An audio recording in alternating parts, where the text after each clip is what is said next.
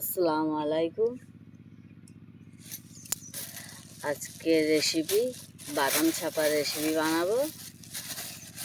আমি উনুন জ্বেলিয়ে দিয়েছি, দিয়ে কড়া বসিয়ে দিয়েছি। কড়া গরম হয়ে গেছে, বাদামগুলো দিয়ে দেবো।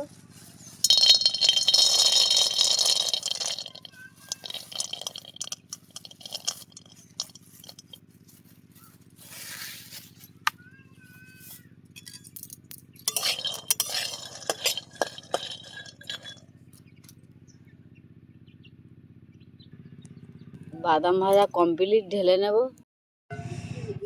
কড়া বসিয়ে দিয়েছি, খেজুরের গুড়টা আমি দিয়ে দেবো।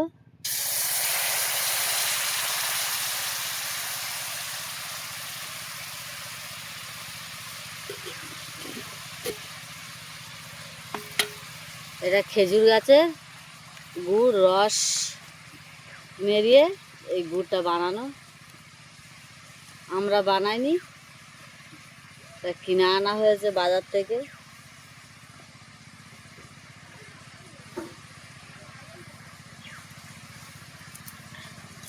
এটাকে আমি ভালো করে ফুটিয়ে জাল দিয়ে ফুটিয়ে আটা মতন করে নেব।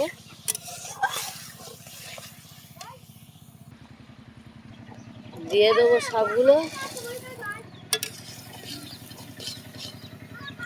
সবগুলো ঢেলে নেব।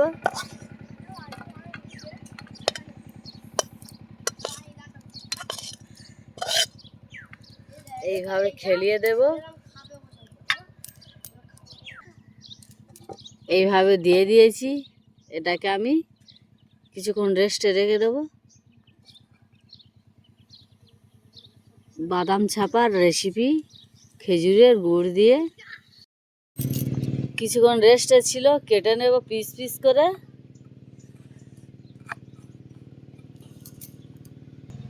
বাদাম ছাপা রেসিপি কমপ্লিট।